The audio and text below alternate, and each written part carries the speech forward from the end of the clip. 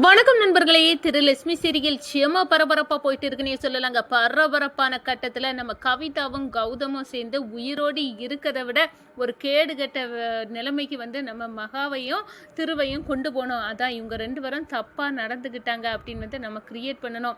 நீங்க எப்படியாவது என்ன வழியாவது பண்ணி இந்த மகாவை திரு கூட இருக்கிறது மாதிரி உருவாக்கணும் கௌதம் அப்படின்னு அந்த இடத்துல சொல்லு நேரம் நான் பார்த்துக்கிட்டேன் அப்படின்னு நம்ம மகா குடிய பொருளில் ஒரு மயக்கத்தை போட்டு நம்ம மகா மயக்க நிலைமைக்கு ஆக்கி நம்ம திரு படுத்திருக்க அந்த ரூமுக்குள்ளே கொண்டு போட்டு உருவாக்கிறாங்க. ஒரு கட்டத்தில் நம்ம திரும்ப எழுப்பி பார்த்தா, நீ எப்படி இந்த ரூமுக்குள்ளே வந்த, நான் உன்னை திவ்யா ரூமு கூட சேர்ந்து படு திவ்யா கூட அப்படின்னு தானே அனுப்புனேன்.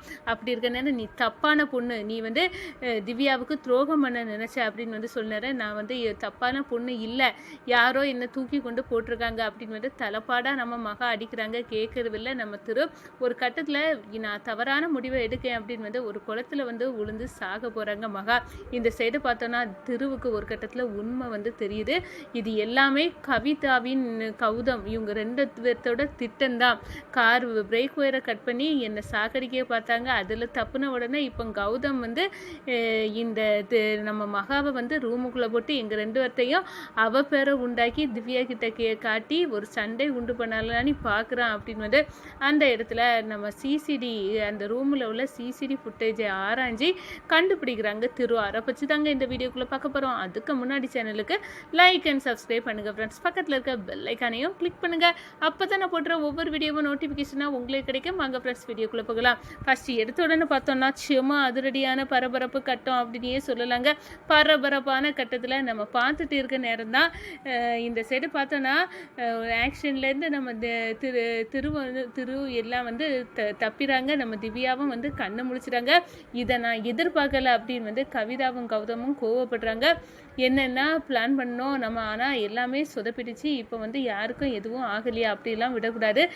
ஆக்சிடெண்ட்டை விட ஒரு கீழ்த்தரமான வேலை அவமானப்பட்டு உயிரோடு இருக்க முடியாமல் சாகிறது தான். அப்படி தான் நம்ம திருவுக்கும் மகாவுக்கும் ஒரு பனிஷ்மெண்ட்டை உண்டாக்கணும். அப்படி என்ன பனிஷ்மெண்ட்டை உண்டாக்கணும் அப்படின்னு நம்ம கௌதம் கேட்க நேரம் நான் சொல்லதை கவனமாக கேளுங்க. திரு படுத்திருக்க ரூமில் நம்ம மகாவையும் கொண்டு போட்டுறணும்.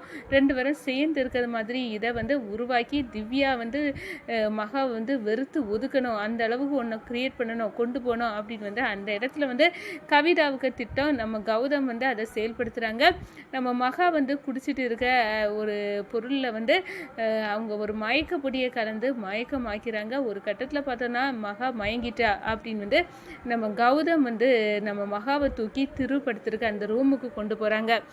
ஒரு கட்டத்தில் விடியுது.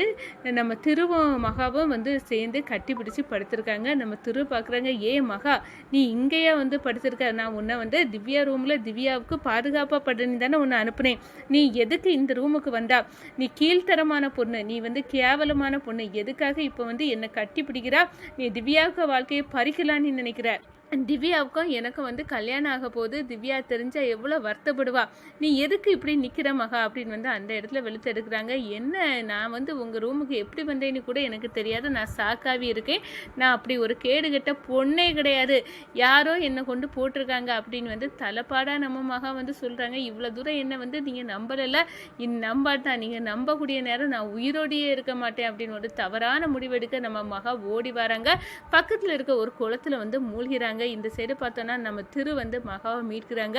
அப்போ தான் தன்னை சுற்றி ஒரு சதி வேலை நடந்துட்டு இருக்கு அப்படின்னு தெளிவாக புரிஞ்சுக்கிட்டாங்க. ஏன்னா இந்த மகா பொய் சொல்லலை, அவள் உண்மையை தான் சொல்லுவாள், அவளுக்கு பொய் சொல்லவும் தெரியாது. அப்படி இருக்க நேரம் நம்ம அவளை சந்தேகப்பட்டுட்டோம்.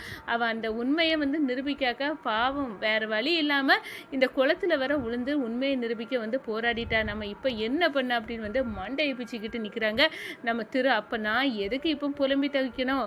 என்ன நடந்துச்சு, மகா எப்படி இந்த ரூமுக்குள்ளே வந்தால், இது எல்லாமே இங்கே உள்ள சிசிடி ஃபுட்டேஜில் தெரியும் தானே செய்யும். அப்படி யார் கொண்டு இந்த மகாவை இந்த ரூமுக்குள்ளே விடுறா அப்படின்னு உள்ள விஷயத்தை நம்ம இந்த ஹோட்டலில் உள்ளவங்கக்கிட்ட கேட்டு அந்த சிசிடி ஃபுட்டேஜை அலசி ஆராய்வோம் அப்படின்னு பார்க்க நேரம் தான் முகமூடியை போட்டுக்கிட்டு ஒருத்தர் வராது. இவர் யார் அப்படின்னு கூர்ந்து கவனிக்காங்க. இது நம்ம ஆஃபீஸில் வேலை பார்க்குற அந்த கௌதம் போல் இருக்குது. அந்த கௌதம் இதுக்காக இங்கே வந்தால் நம்மளை ஃபாலோ பண்ணிட்டு ஒருவேளை வந்திருப்பானா இவன் எதுக்காக நம்மளை வந்து ஃபாலோ பண்ணணும், இவன் எதுக்காக இப்போ இங்கே வரணும், அதுவும் இல்லாமல் ஒருவேளை காரில் வந்து பிரேக் ஒயரை கட் பண்ணதும் இந்த கௌதமாக தான் இருக்குமா அப்படின்னு வந்து மண்டையை பிச்சுட்டு யோசித்துக்கிட்டு நம்ம மகாட்ட காட்ட நேரம் எனக்கு தெரியும் இந்த கௌதம் செய்தாலும் செய்திருப்பான். அவன் இங்கே வந்து நம்ம 2 பேர்த்தையும் இப்படி ஒரு தவறான எண்ணத்தில் சிக்க வச்சு திவ்யாக்கா கிட்ட கோர்த்து விட பார்த்துருக்கான்.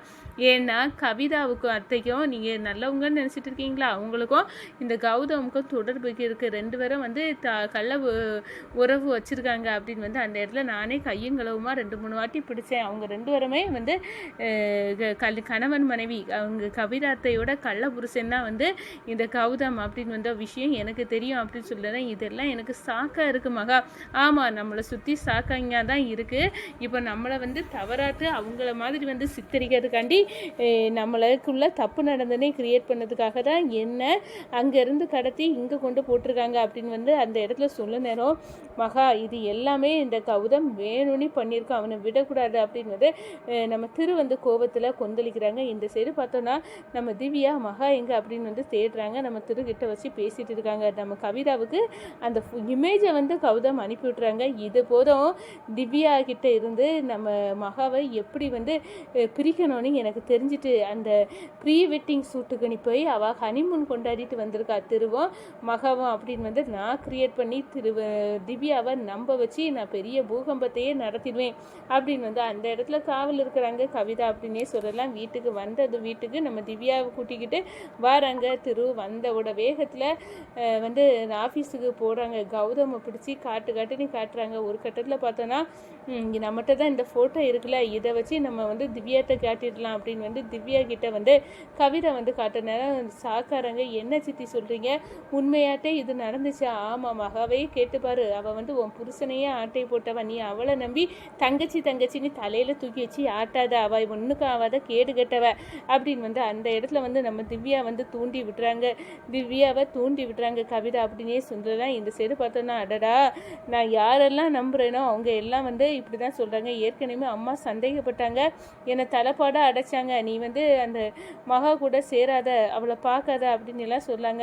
அங்கே எங்கள் அம்மாவை ஓரம் கட்டிட்டு நான் என்னென்னமோ பண்ணேன், கடைசியில் நான் வம்பா சிக்கிக்கிட்டேனே, இப்போ என்ன பண்ண, இந்த மகாவும் சேர்ந்து என் வாழ்க்கையை நாசம் பண்ண பார்த்துட்டாங்களா அப்படின்னு வந்து அந்த இடத்துல வந்து நம்ம மகா மேலே வந்து திவ்யாவுக்கு வந்து கோபம் வருது ஒரு கட்டத்தில். இது எல்லாமே வந்து பித்தலாட்டம், நீ நம்ப மகாவும் நானே எந்த தப்பும் பண்ணலை அப்படின்னு வந்து நம்ம திவ்யா கிட்ட சொல்கிறாங்க. இதெல்லாம் வேணும்னு திட்டமிட்ட சதிதான்.